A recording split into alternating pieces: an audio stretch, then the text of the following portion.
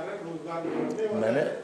और क्या ऐसा भी वक्त आएगा कि जो मुंबई दिल्ली जैसे शहरों में हमारे बिहारी प्रवासी बसे हैं वो लौट के फिर से बिहार जाने मैंने बताया, आज मैंने बताया बिहार की विकास दर देश से ज़्यादा है और पूरे देश में जो राज्यों की विकास दर है आर्थिक सर्वेक्षण के आधार पर, उसमें बिहार दूसरे नंबर पर। आज एयरपोर्ट कनेक्टिविटी, आज सड़कों का मामला, आज एक्सप्रेस हाईवे जो आप महाराष्ट्र में देख रहे हैं, आप लोग बिहार से अगर जुड़े हुए हैं तो इन 20 सालों में जो बिहार का परिवर्तन हुआ है और अभी जो प्रोजेक्ट चल रहे हैं, अभी केवल मैं मिथिला की बात करता हूं आपको, औरंगाबाद से दरभंगा एक्सप्रेस हाईवे बन रहा है, पहला एक्सप्रेस हाईवे बिहार का है।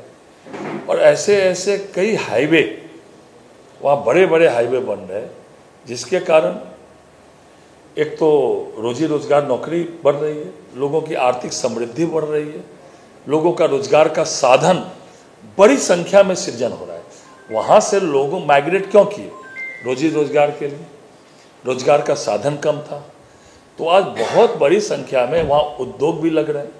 आज सरकार ने मुख्यमंत्री युवा उद्यमी योजना, मुख्यमंत्री महिला उद्यमी योजना, मुख्यमंत्री SC ST उद्यमी योजना, मुख्यमंत्री अति पिछड़ा उद्यमी योजना के माध्यम से 10 लाख तक के छोटे उद्योग को सीधे सैंक्शन कर रहा है। इसमें हजारों की संख्या में दिया जा रहा है और उसमें 50%, मतलब अगर 10 लाख का प्रोजेक्ट पास हो रहा है आपका घरेलू उद्योग, तो 5 लाख तक की सब्सिडी है। अब बाकी 5 लाख तक में 1% ब्याज। ऐसे बहुत सारी योजनाएं बिहार में चल रही है।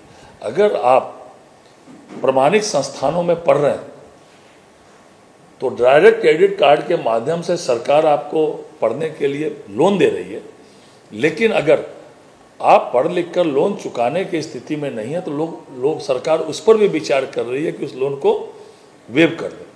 तो आज बिहार सभी क्षेत्रों में आगे बढ़ रहा है, चाहे वो आधारभूत संरचना हो, चाहे शिक्षा का माध्यम हो, चाहे उद्योग का माध्यम हो, सभी माध्यमों में जो है बिहार आगे बढ़ रहा है। और ये हम नहीं बोल रहे, ये भारत सरकार का डाटा है या बिहार सरकार का डाटा है। उस डाटे से प्रमाणित हो रहा है कि आज बड़े रोजगार के साधन बिहार में सृजन हो रहे हैं और हमारे भाई बंधु जो माइग्रेट किए वो रोजगार के कारण नहीं ज़्यादा किए। और यह 2005 से 15 साल के कार्यकाल में जो लॉ एंड ऑर्डर का मामला था, कानून व्यवस्था का मामला था, उसमें भी बहुत लोगों ने अपनी संपत्ति बेच के जो है आए। लेकिन अब वो कानून व्यवस्था में अब ये कोई नहीं कह सकता बिहार में कि अपराध और अपराधी को सत्ता का संरक्षण प्राप्त है, ऐसा नहीं है। पहले था, निश्चित, मुझे कहने में कोई अतिशयोक्ति नहीं है, लेकिन आज ऐसा कोई नहीं कह सकता। आज कानून व्यवस्था का बात हो या सभी क्षेत्र में बिहार अग्रणी भूमिका में है, इसीलिए मैं बता रहा था ये बात।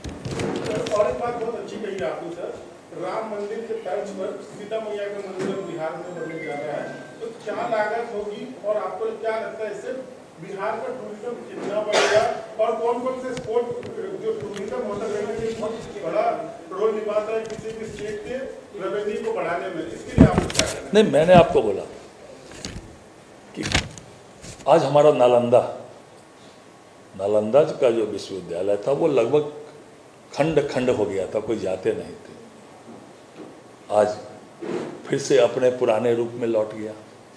आज आप राजगीर जाइए, मैं आपको कह सकता हूँ, राजगीर आप लोग अगर नहीं गए होंगे पिछले 15-20 सालों में तो आज जाइए, आपको वो जो टूरिस्ट डेस्टिनेशन मिलेगा, आपको लगेगा नहीं कि वो पुराने वाले बिहार में हमें। और जितने हमारे पौराणिक स्थल थे उन सभी स्थलों को सरकार डेवलप कर रही है। अभी जो टूरिज्म का जो आंकड़ा आया था बिहार का, वो आंकड़ा अभी मेरे पास नहीं है, लेकिन अभी जो आर्थिक सर्वेक्षण में आंकड़ा आया था वो देश के किसी भी टूरिज्म से जो टूरिस्ट की जो आवाजाही है उसमें सबसे ज़्यादा बिहार में अभी जो है पर्यटक आ रहे हैं। आप लोग के पास आंकड़ा होगा, संजोग से वो नहीं है, मैं आपको दे दूंगा, आ रहे हैं। जहाँ तक जनक जाननी मैया सीता की सीतामढ़ी में, तो उसमें सरकार ने बनाने का निर्णय ले लिया। 50 एकड़ ज़मीन जो है उसके लिए 50 एकड़ के, बाकी जैसे जैसे उसमें आगे बढ़ेगा आप लोग के माध्यम से हम लोग बताएंगे। लेकिन निर्णय हो गया है कि वहाँ सीता मैया के पुनौरा धाम में जो है उस तर्ज पर जो है बड़ा मंदिर जो है का निर्माण कराया जाएगा। सर, बिहार तरक्की कर रही है। बिहार एक ऐसा राज्य है जहाँ सबसे ज्यादा लोग पलायन करते हैं रोजगार के लिए, लेकिन अब तरक्की कर रही है, ऐसी अच्छी न्यूज भी आ रही है। लेकिन एक और न्यूज आ रही है कि बिहार में स्वास्थ्य की समस्या है, 49% डॉक्टरों की कमी है। अगर आप उसे बता सकें। देखिए मैं बताता हूँ, मैंने पहले बताया आपको कि बिहार में ये भारत सरकार का आंकड़ा है।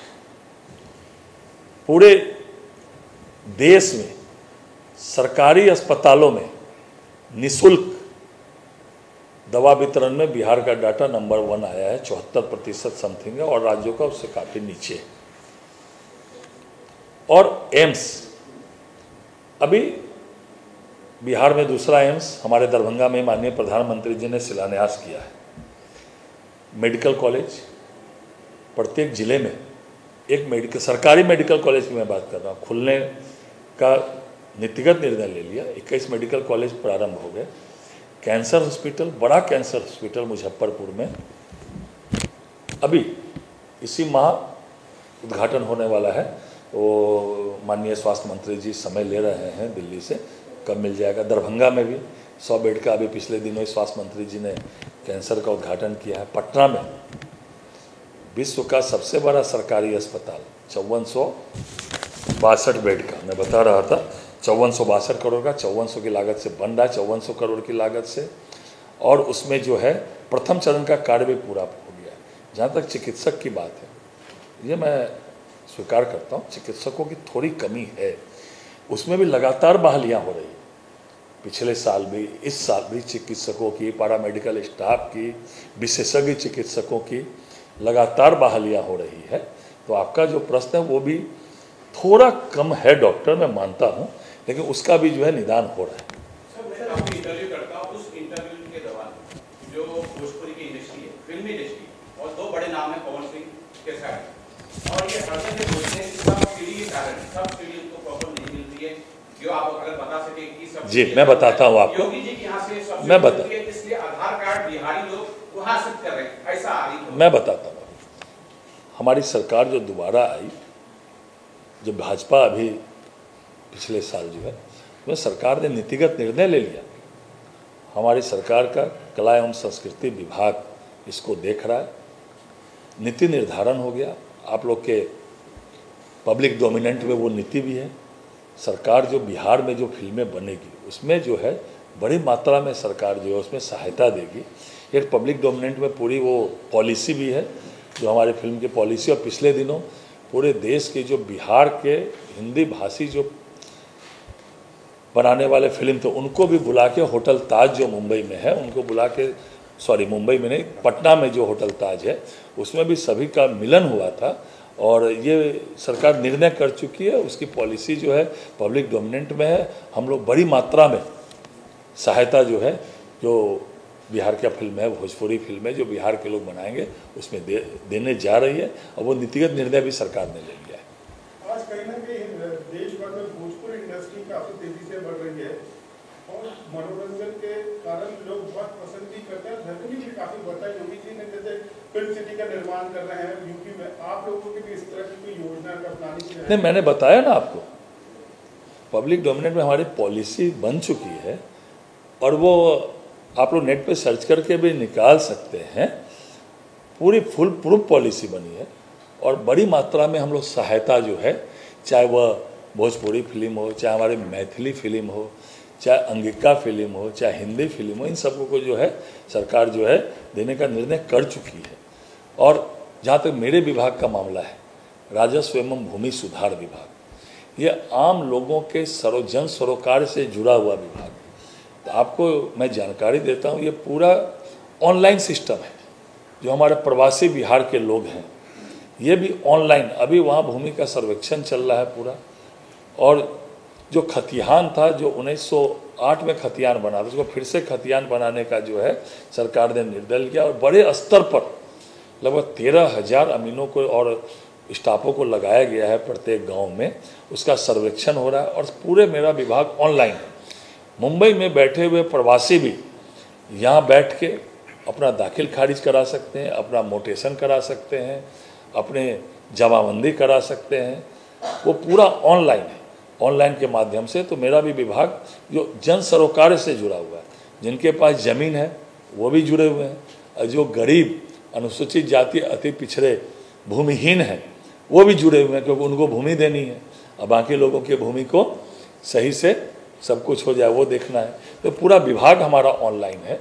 तो मैं आज मुंबई में बैठा हूँ, तो पूरे प्रवासी भाइयों को भी मैं बताना चाहता हूँ कि सारा मेरा विभाग ऑनलाइन है। आप मुंबई में भी बैठ के जमीन संबंधी समस्याओं का निराकरण ऑनलाइन के माध्यम से कर सकते हैं।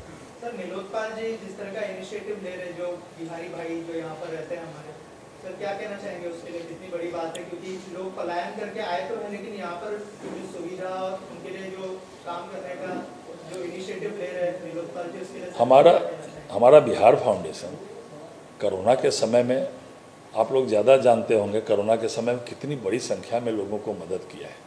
और जो बिहार के प्रवासी यहाँ हैं वो लोग अपने अपने माध्यम से भी यहाँ जो बिहार के लोग हैं उनकी भी मदद करते हैं, जो यहाँ सक्षम लोग हैं। अगर किन्हीं को कोई समस्या है, सरकार तो करती है, इसलिए मैंने पहले ही महाराष्ट्र और महाराष्ट्र के लोगों के प्रति कृतज्ञता ज्ञापित की, धन्यवाद ज्ञापन किया कि उन्होंने यहाँ रचाया बसाया।